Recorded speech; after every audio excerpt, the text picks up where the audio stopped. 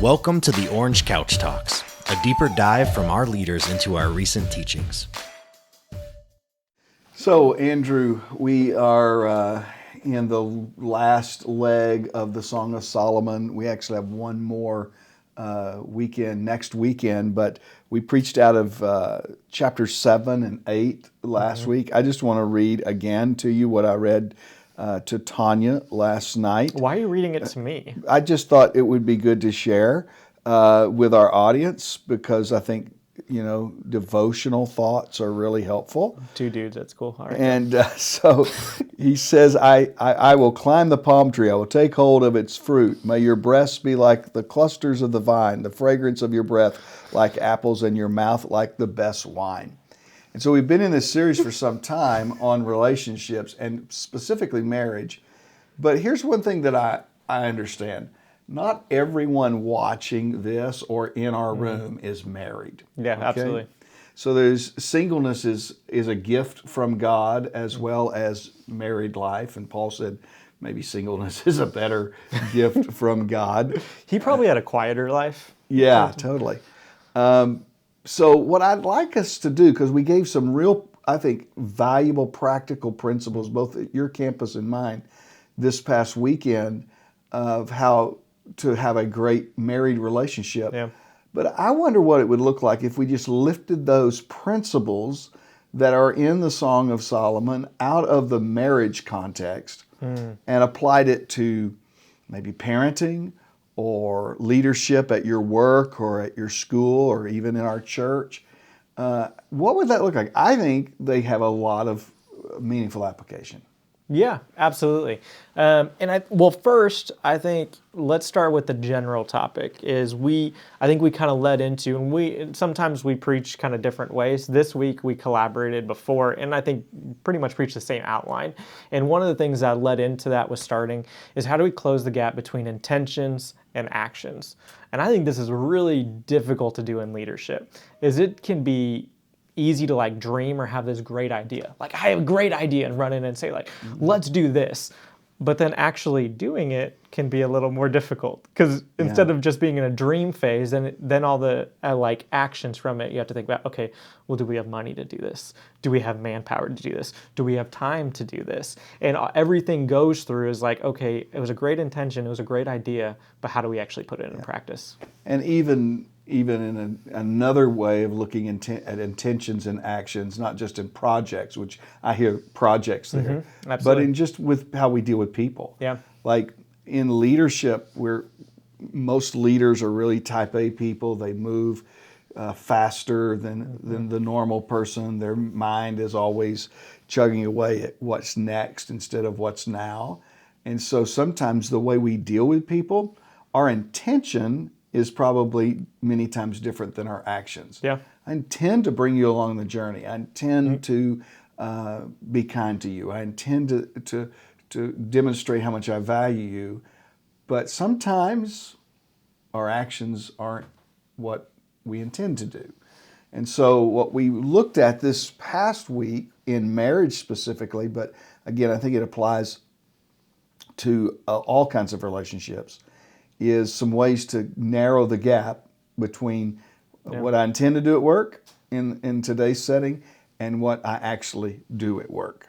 And that first principle was if I think something good, I will say it. And man, that really brings up the whole, deal of compliments and encouragement and speaking life into people. I mean, I'm not going to say to you as one of our employees at our church, I'm not going to talk about your twin fawns as a word of encouragement. Because I don't have any. But I do know that how valuable it is just to say, hey, listen, I really appreciate what you're doing. In not a way that you're trying to play people or you're trying to use that as a tool to get more out of them, but just, hey, listen, I really value you.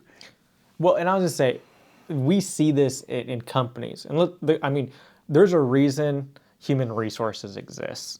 And a lot of that is creating company culture. Some is, how do you acclimate, bring employees? How do you make sure you can promptly let them exit. But a lot of that culture too, and I did HR management with Target for about 5 years, was helping push team culture. So one of the things, and part of me even has HR in the back of my mind was like, why are we doing this? It's kind of dumb. But we did what we called recognition cards, and we had a team board, and this was in a store of anywhere from 150 to 200 employees, and we had a board, and what we had just have all these cards, and we encouraged managers but also team members to just take time out of their day when productivity is key, and you want to make sure every minute is a useful minute that we're getting our money on, but then our company is saying, no, take time, take a card, and just write something nice for someone else. And then we'd have team huddles where we would get together and we'd talk about the day, but we'd start out the day and we said, does anyone have any recognition? And they say, I want to recognize Billy for doing an amazing job and helping me in soft lines doing this, or I want to help Karen for you help that customer, blah, blah, blah. And it was just like those moments helped break up some of the monotony of work and encourage us almost to be like, oh, I feel valued here, and I want to give more effort to it. Yeah, that's awesome. I mean, there's intentionality behind making sure that our intentions are acted upon. And man, everybody is benefited by what I would call the power of a pat on the back. Like, just, man, I appreciate you. You're doing a good job. I know when I get that, it's like, yay, I appreciate that. One of the things that happened at our campus this past weekend was we tweaked pizza with the pastor. And we created some new on-ramps and some more seamlessness to it, invited all of our ministry staff leads into it to engage and hopefully get people from pizza with the pastor to serving in the church a little more seamlessly. Yeah. None of that was my idea. It was all Pastor TC's idea. And I mean, I'm always surprised when he has a good idea. No, I'm just teasing. But it was, he's like, hey, I went to it. I think we can adjust it and make it a little more better. And, I think it's important to give people the credit that they're due. So TC, thank you. But actually, I texted him last night and said, hey, listen, man, that was really better. It was an improvement. Thanks for investing the thought equity into that. So if we think something good, we need to say it. And here's what that creates, I think. I think that creates, we talk about this being a love affair, but for a leader, I think that creates a love mark on the people's hearts that you lead, that they want to follow you. Yep. Man, if you're listening anywhere, it's much better for people to follow you because they love you than because they fear you. And if you're just barking out orders all the time, they're walking on eggshells, you may get some productivity, but it's going to be short-lived and not, they're not going to do it out of the goodness of their heart. They're just going to do it because they need a paycheck, and they probably won't stay around very long. But man, if people are doing it because they've bought into the vision and they know they can trust themselves, their heart with you because you have their best interest at stake, and you've demonstrated that over time by saying, hey, listen, I appreciate you. And the words of your mouth. And one of the things we said is that in the absence of positive affirmation, we think negative things. Yep. Have you ever had that happen?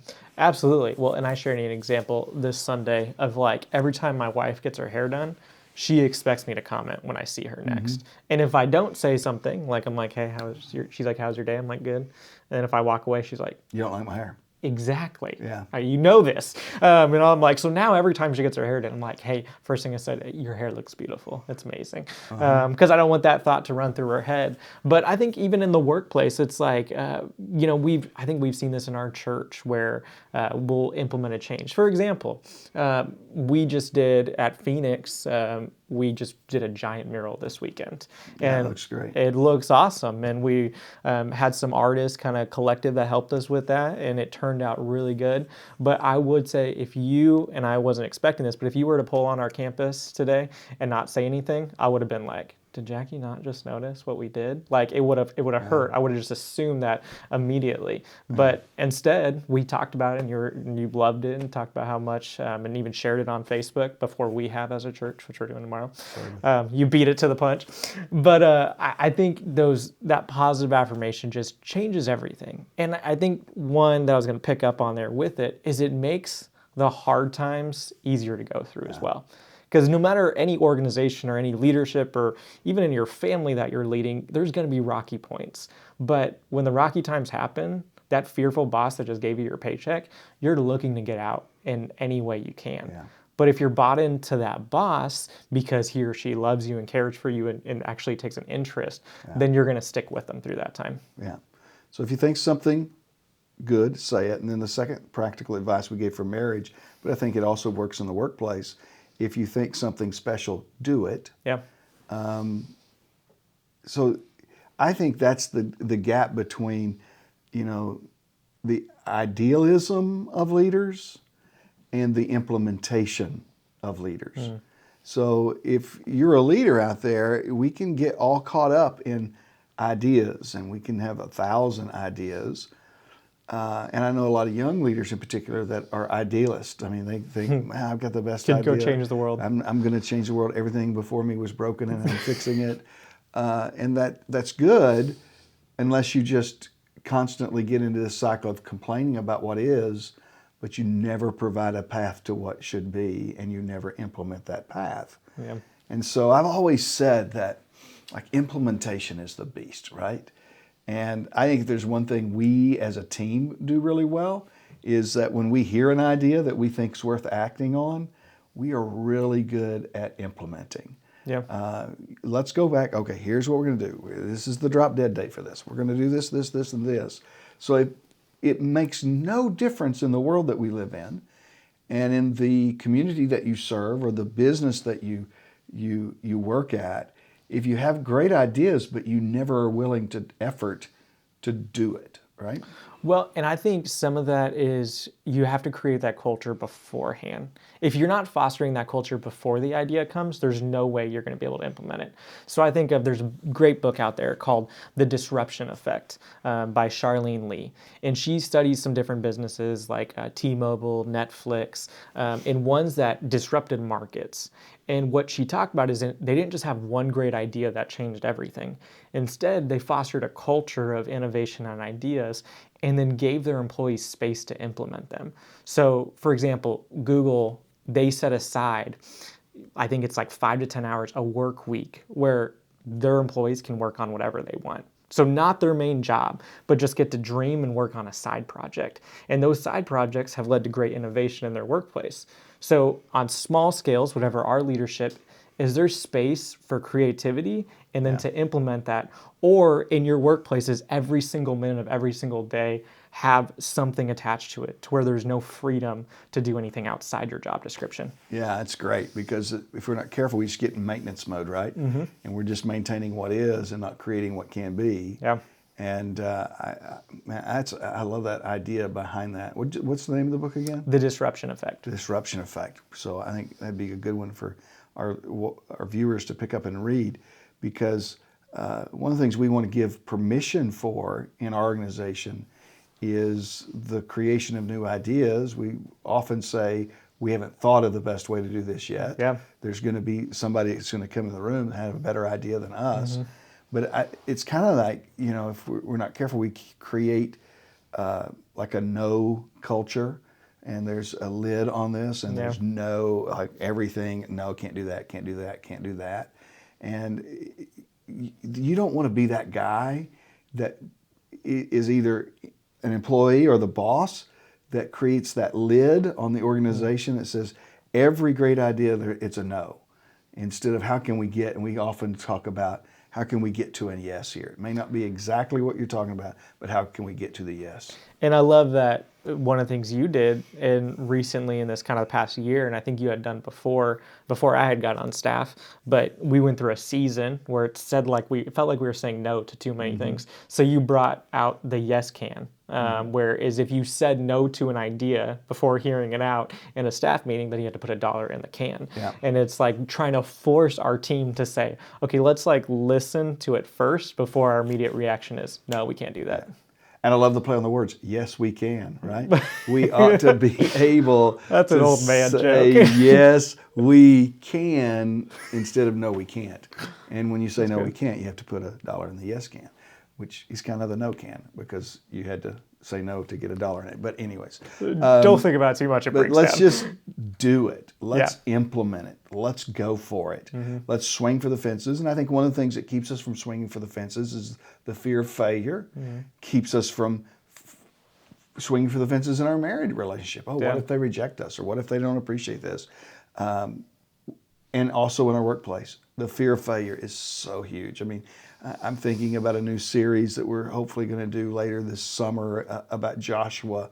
And, so often we live on the wrong side of the river in our work life and in our professional lives. It's okay, but it's not great. Yeah. And in the story of Joshua and the children of Israel, they were on the wrong side of the Jordan River. A whole generation of people died on that side of the Jordan River other than Joshua and Caleb. And so how do you get from where you are to where you want to be? How do you get from wilderness to promised land in your business and in your marriage and relationships, wherever, your family, your parenting? And I think one of the things that keeps us from where we want to be and keeps us where we are on the wrong side of the river is the fear of failure. I know that's what happened in the Israelites' case. They spied out the land. They said, there's no way we can take them. They're giants. There's the fear of them. And I think that's the reason God told Joshua in his commissioning in chapter 1 of the book of Joshua, don't be strong, be courageous, overcome the fear and be willing to implement. Yeah. And at some point they had to do it, right? They had to get their feet wet. They had to walk across the Jordan River. They had to march around Jericho. For a whole generation thought about doing it. But if you think something good, you should do it.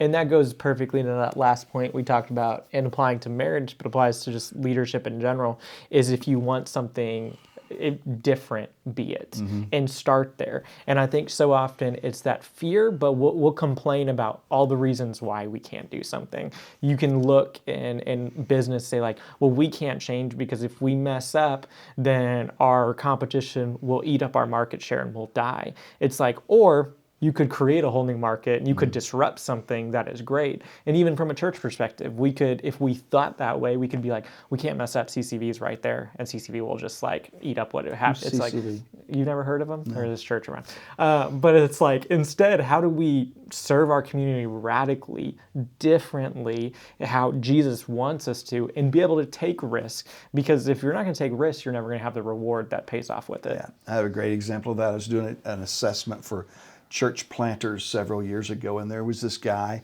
he and his wife, that were going through assessment here in Phoenix, and he, in the interview, was bemoaning where he was at. He kept saying, man, our people won't do this, and they're stuck here, and they won't follow the Lord, and they won't do this, and they won't reach lost people.